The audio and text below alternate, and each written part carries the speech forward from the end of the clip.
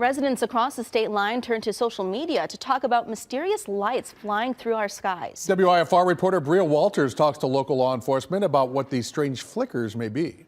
When they get on that keyboard and start, imagining stuff which is not there. We're not getting calls for that. The airport's safe. The community's safe. Planes, drones, or UFOs, some curious stateliners worry about what's flying around in our skies. Social media posts surge with supposed sightings of colorful lights in various sizes. Ogle County Sheriff Brian Van Vickle believes these sightings are most likely aircrafts. We've only had one reported call in the last 30 days when we look back through our history.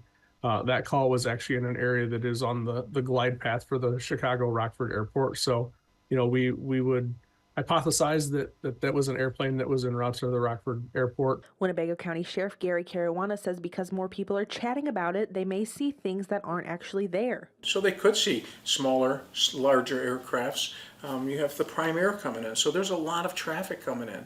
Let alone small private operations that, whatever, a Cessna that is coming in, they're saying it's a large drone. No, it's getting out of hand, and they're getting that hysteria worked up. The frenzy isn't just happening here. The U.S. Department of Human Services commented on the sightings, saying it recognizes the concerns and will support the state and local authorities as they answer the calls. The drones are regulated by the federal government, so there's really not a whole lot that, local municipalities or county government can do. In the state line, Bria Walters, WIFR News.